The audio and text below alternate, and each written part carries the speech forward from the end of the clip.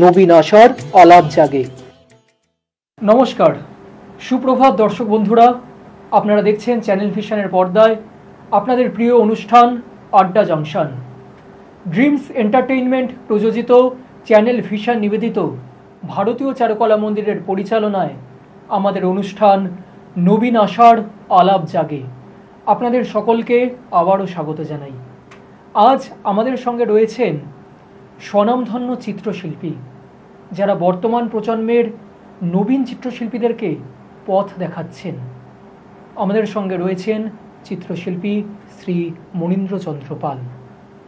আপনাকে প্রথমে বলবো, আপনি একটু পরিচয় করে নিন দর্শক বন্ধুদের সঙ্গে। আমি এই চ্যানেলে আসতে পেরে এদের চ্যানেলকে আগে ধন্যবাদ জানাচ্ছি। আমার সংক্ষিপ্ত পরিচয় একজন চিত্রশিল্পী এবং যন্ত্রশিল্পী, তবলা, শ্রীখোল, পাখোয়াজে। আমি আমার দীর্ঘ 60 বছর যাবৎ এই 7টি সাবজেক্টের সঙ্গে আমি জড়িয়ে আছি। একে আমি ভালোবেসেছি, আমার জীবনের একটি অঙ্গ হিসাবে নিয়েছি। আমার শিল্প জীবন এখানে ইন্ডিয়ান আর্ট কলেজে থেকে আমি 1971-এ পাশ করি। আমার বন্ধু ওয়াসিম কাপুর একসঙ্গে আমরা আজ, তারপর আমি 73 থেকে কেন্দ্রীয় সরকারের সার্ভে অফ ইন্ডিয়াতে আর্টিস্ট হিসাবে এনগ্রেভার, পরে আমি ওই সেকশনটাকে পরিচালনা করি। অ্যাসিস্ট্যান্ট হেড এনগ্রেভারের পোস্ট পেয়ে আমি ওটাকে পরিচালনা করি। এভাবে 2009-এ আমি রিটায়ার্ড হয়ে আসছি। তারপর থেকে আমি এক্সিবিশনে যোগ দিই। প্রথম এক্সিবিশন এপ্রিলে গগনেন্দ্রেতে আমি ভারতীয় চারুকলা মন্দিরের সঙ্গে আমি যুক্ত হই। এরা আমাকে এখানে একটু জায়গা দিয়েছেন এবং সেই থেকে আমি আজ অবধি এই সংস্থার সঙ্গে আমি আছি এবং আরও বিভিন্ন সংস্থার সঙ্গে আমি জড়িয়ে আছি। আমি শুধু নিজের শিল্পকে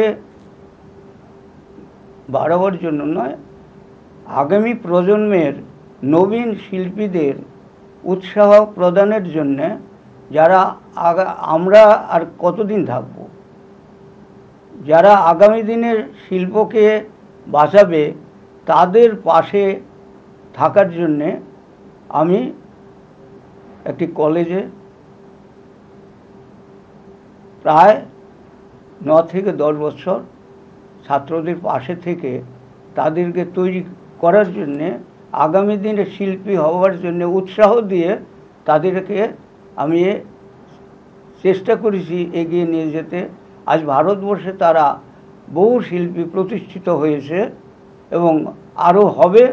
আমাকে অসংখ্য ভালোবাসা তারা দিয়েছে, আমি তাদের স্নেহ দিয়েছি। এর উদ্দেশ্য শুধু আমার কলেজে যাওয়া, তাদেরকে বাড়িয়ে নেওয়া, শিল্পকে বাড়িয়ে নেওয়ার জন্য, এটুকুনি আমি বলবো। আমি এখনও নিজে আউটডোর এবং কাজ, আমার 7টি সাবজেক্টের সঙ্গে আমি জড়িয়ে আছি। মৃত্যুর আগের দিন পর্যন্ত আমি যেন এভাবে কাজ করতে পারি, আমি সমস্ত লোকের থেকে আমি আশীর্বাদ চাইছি। আচ্ছা মনীন্দ্রবাবু, আপনার বর্তমানে বয়স কত? আমার সরকারি বয়স হিসাবে 76। 76। এটা হচ্ছে মানে সরকারি হিসাব। আচ্ছা, 76 বছর বয়স হচ্ছে বর্তমানে মনীন্দ্রবাবুর বয়স। এই বয়সেও তিনি কাজ করছেন। আমরা যাদেরকে বলতে পারি যে শিল্পী তৈরির কারিগর, তাদের মধ্যে মনীন্দ্র চন্দ্রপাল অন্যতম একটি উল্লেখযোগ্য নাম বর্তমানে। 76 বছর বয়সেও তিনি কাজ করছেন, আউটডোর স্টাডি করছেন, তিনি ছাত্রদেরকে পড়াচ্ছেন। অবশ্য পড়ানোর বিষয়ে কিন্তু অবশ্যই চিত্রশিল্প। আচ্ছা মনীন্দ্রচন্দ্র পাল, মনীন্দ্রবাবু, আপনাকে আমি একটি কথা বলবো যে আপনি ছবি আঁকার বিভিন্ন সময় দেখেছেন। এই যে ওয়াসিম কাপুরের নাম আপনি বলেন, আপনার ঘনিষ্ঠ বন্ধু। আমার আপনি ছবি আঁকার আগের সময়ও দেখেছেন, ছবি আঁকার এই সময়টাও দেখছেন। যারা বর্তমানে স্বপ্ন দেখছে যে তারা ছবি আঁকা নিয়ে এগিয়ে চলবে, বর্তমানের ছেলেমেয়েরা, তাদের আপনি কি বার্তা দেবেন? তারা কিভাবে এগোবে? তাদেরকে আমি, যারা আমার কাছে অ্যাডভাইস নিতে আসে, ছবি আঁকতে যাওয়ার আগে তাদেরকে বলি, তোমাকে কৃচ্ছ সাধন করতে হবে। অর্থাৎ এই লাইনে আসলে তোমাকে যোগী চিন্তা করতে হবে, সাধনার পথ। হ্যাঁ, সাধনার পথ। সেখানে তুমি লেবারও হবে, আবার কাজও করবে। অর্থাৎ তোমার কাজটাকে তোমার মান সম্মান চিন্তা করলে আর্টিস্ট হওয়া যাবে না। ওই বোঝাটা বেয়ে তোমাকে ছবিটা নিয়ে হয়তো এক জায়গায় যেতে হবে, মাটি মারাতে হবে, বিভিন্নভাবে পরিশ্রম করে, এবং রোদ বৃষ্টি ভেতরে খাওয়া নাওয়া বাদ দিয়ে তোমাকে কাজের দিকে এগিয়ে যেতে হবে। এইভাবে কাজ যদি করতে পারো, আর যদি তুমি শুধু আমি টাকা সঞ্চয় করবো, তাই তো এই লাইনে কিছু হলো না, তোমাকে এই লাইনে আসা তাহলে দরকার নেই। তাই আমি তাদের প্রথমে এই কথাগুলি বলি, তাদের মধ্যে তারা উদ্বুদ্ধ হয়ে বহু শিল্পী আসে। আচ্ছা, শুরুর দিনগুলো কেমন ছিল যখন আপনি ছবি আঁকা নিয়ে পথ চলবেন জীবনে, যখন আপনি মনস্থির করলেন, সিদ্ধান্ত নিলেন যে ছবি আঁকা নিয়েই আমি এগিয়ে যাব, এই শুরুর দিনগুলো কেমন ছিল? আমার সেটা একটা খুব ভালো প্রশ্ন করেছেন, যে আমার ছবি আঁকা আমার শৈশব জীবনে আমার মা, আমার ঠাকুরদা তারা উৎসাহ দিতেন। তারপরে আমি যখন বড় হই, ম্যাট্রিক পাস করি, আমি ছবি আঁকার দিকে এগোই। কলেজে পড়া বাদ দিয়ে ছবি আঁকার দিকে আমার গুরু গোসাইদাস পাল, আমাকে, আমার দাদু ছিলেন এক মায়ের তরফ থেকে, তা আমি তার কাছ থেকে ট্রেনিং পেয়ে 1 বছর আমি বললাম আমি কলেজে যাব। দাদু আমাকে ইন্ডিয়ান আর্ট কলেজে নিয়ে গেলেন। ডিপ্লোমা ছিল? ডিপ্লোমা ছিল, কিন্তু আমাদের 5 বছর। 5 বছর। কাশীনাথ দাস, যিনি আমার জীবনের মানে তার কাছে আমি চিরঋণী, তিনি আমাকে, আমি খুব কষ্ট করে আর্ট কলেজ করি, এই কথাটা আমাকে বলতেই হবে। জীবনে এত কষ্ট করেছি, রবীন্দ্রভারতী বিশ্ববিদ্যালয় যেটা জোড়াসাঁকো, তার পাশে আমি শিকদারপাড়া স্ট্রিটের সোনার দোকানে একটি সিঁড়ি কোটার উপরে থেকে আর্ট কলেজ করি। সেই সময় আমার খাওয়ার কোনো ঠিকানা ছিল না, এমন একটি অবস্থায় মধ্যে আর্ট কলেজ করতাম। কিছুটা কথা বলতেই হয়, কাশীবাবু আমাকে কিভাবে আমি কলেজ করব তার জন্য, উনি প্রিন্সিপাল ছিলেন, আমার মানে কি ভগবান স্বরূপ লোক, তিনি আমাকে বিভিন্ন জায়গায় পাঠাতেন, তুমি ওখানে যাও, ওখানে এইভাবে করো, এইভাবে করলে তুমি এই কলেজটা করতে পারবে। সেগুলো আর বিস্তৃত বলছি না, বিরাট। তো ওনাদের উৎসাহে ওনারা আমার পাশে ছিলেন। এরপরে বিপিন গোস্বামী, বিখ্যাত ভাস্কর্য, ইনি আমাকে ছেলের মতো দেখতেন, মৃত্যুর আগে 15 দিন আগেও আমি তা উনি চোখে জল ফেলছেন, আমিও চোখে জল ফেলছি। গোপাল সান্যাল, অরুণ মুখার্জি, সন্তোষ তাদের সকলকে কাছ থেকে চক্রবর্তী পেয়েছেন আপনি? এবং এই ধরনের মানে সুহাস রায়,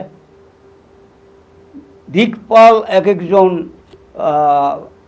গুরু পেয়েছি, যাদের উৎসাহে আমি এদিকে এগোতে পেরেছি। এবং সেই এগোবার জন্যই আমি তাদের উৎসাহ এখনও পর্যন্ত আমি এগিয়ে আছি, এগিয়ে চলছি। আচ্ছা, আমরা আবারও কথাতে ফিরে আসব, তবে তার আগে এখন সময় হচ্ছে ছোট্ট একটি বিরতির। নবীন আশার আলাপ জাগে। সঙ্গীত, অঙ্কন, নৃত্য এবং আবৃত্তি শিল্পীরা অনুষ্ঠানে অংশগ্রহণের জন্য যোগাযোগ করুন 9143735418 এবং 9432407689।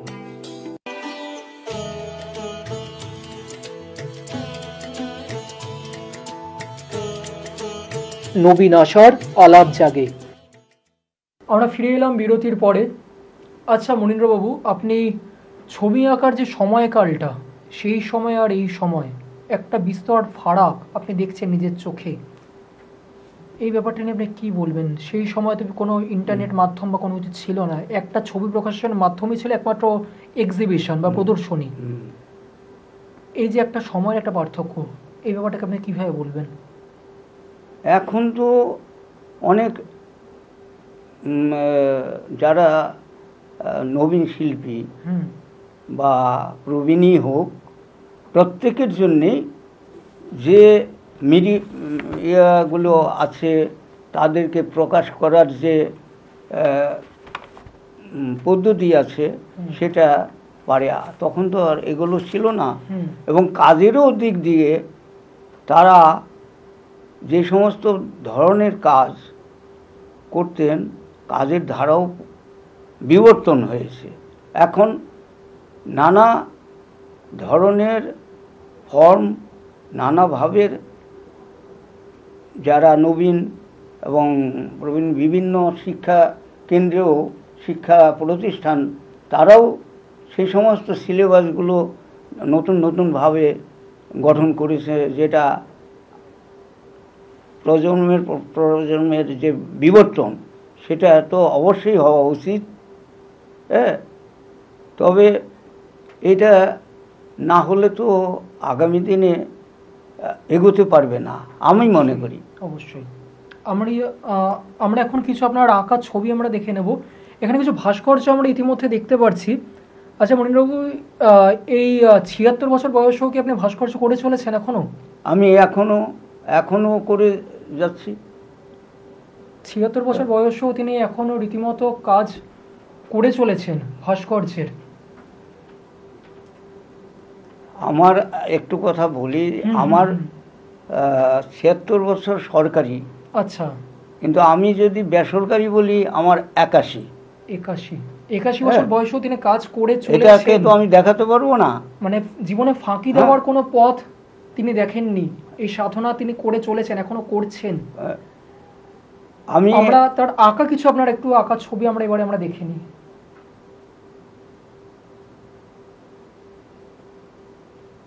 এই সবকটি কাজই কিন্তু বড় বড় ক্যানভাসে করা কাজ। আচ্ছা মনীন্দ্রবাবু, এখনো বড় ক্যানভাসে আপনি কাজ করে চলেছেন? এখনো করে চলেছি। আচ্ছা, আপনার কাজগুলো দেখছি। আর আপনার কাছে আরও কিছু কথা নিয়ে যদি চলে যাওয়া যায়, আপনাকে বলবো এখনো পর্যন্ত কতগুলো মোট প্রদর্শনী আপনি করেছেন, কতগুলো প্রদর্শনী জীবনে এখনো হয়ে গিয়েছে? আমি তো চাকরি থাকাকালীন একটা দায়িত্বে বসতেছিলাম, সেই সময়টা আমি প্রদর্শনী করতে পারিনি, কাজ করে গিয়েছি।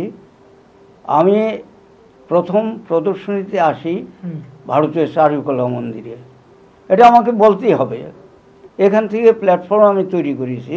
অবশ্যই ওনার আঁকা ছবিও আমরা দেখছি।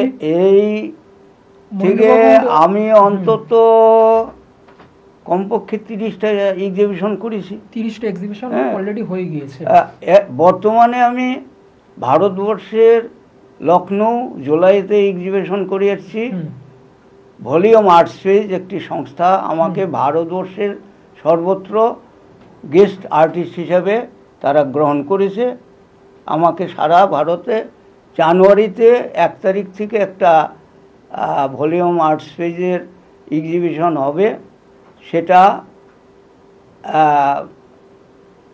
কোচি, ওইটা গ্যালারি, সেখানে আমি যাব, সেখানেও আমার এক্সিবিশনের ছবি থাকবে। তা এভাবে আমি এগিয়ে চলছি। আমি আমার ইচ্ছা আমার মৃত্যুর আগের দিন পর্যন্ত যেন কাজ করতে পারি, কাজের সঙ্গে যেন আমি বিলীন হয়ে যেতে পারি। জীবনে অবসর সময়টা আপনি দেখেননি, সাধনাটা করে চলেছেন এখনো পর্যন্ত।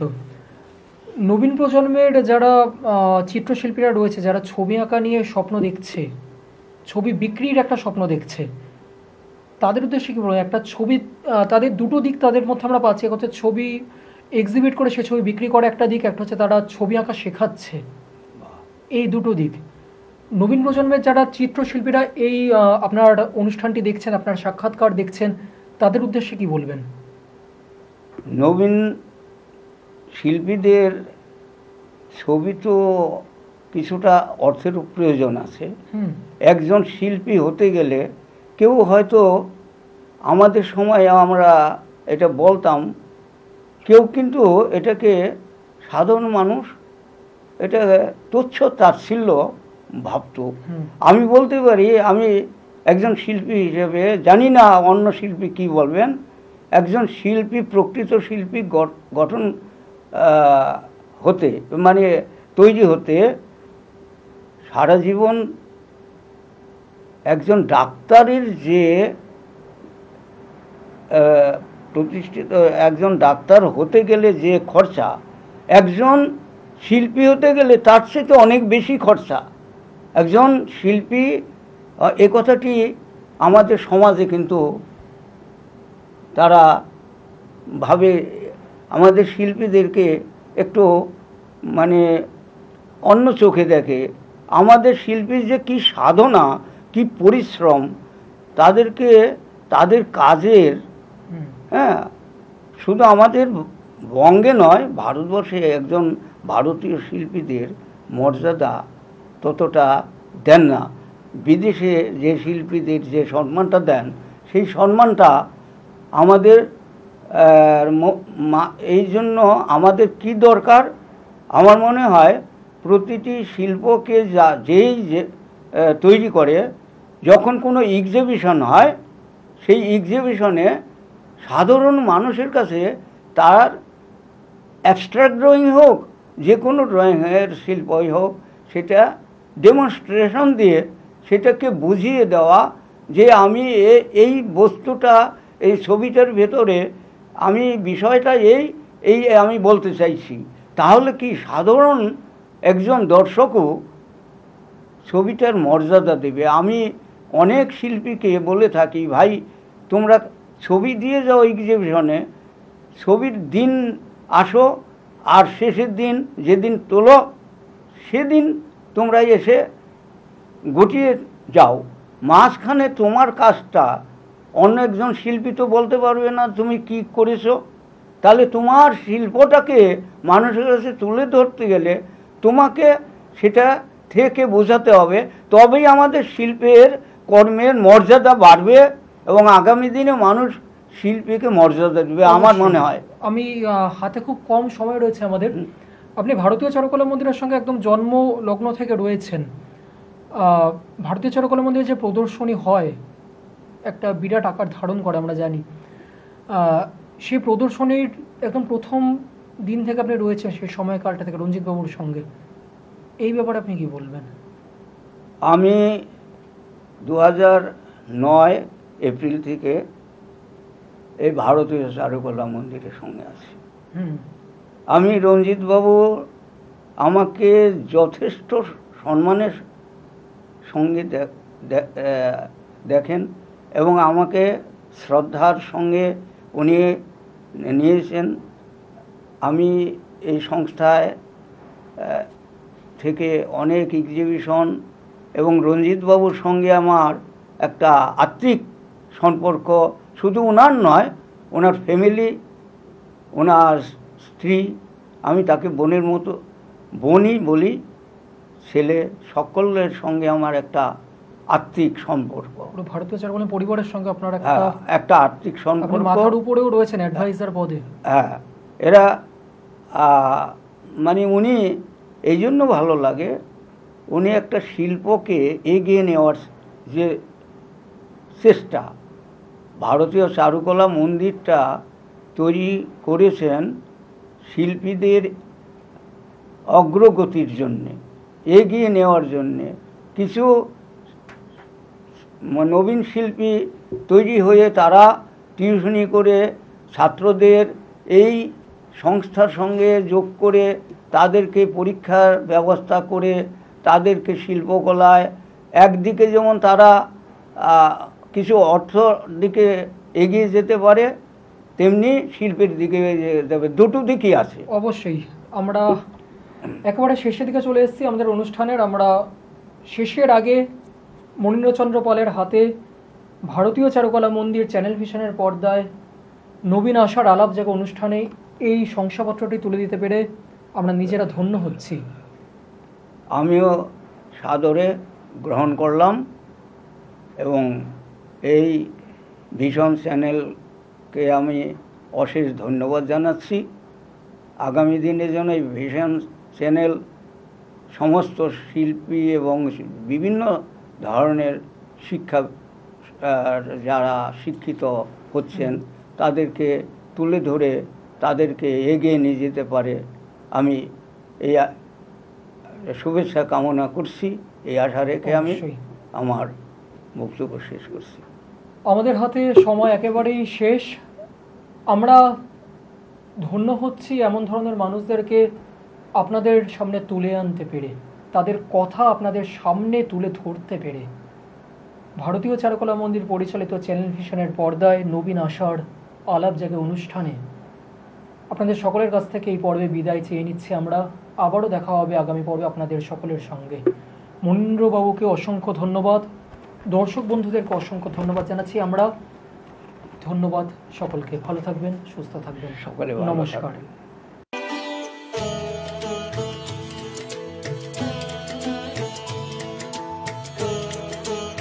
নবীন আশার আলাপ জাগে। আপনারা দেখছেন জনপ্রিয়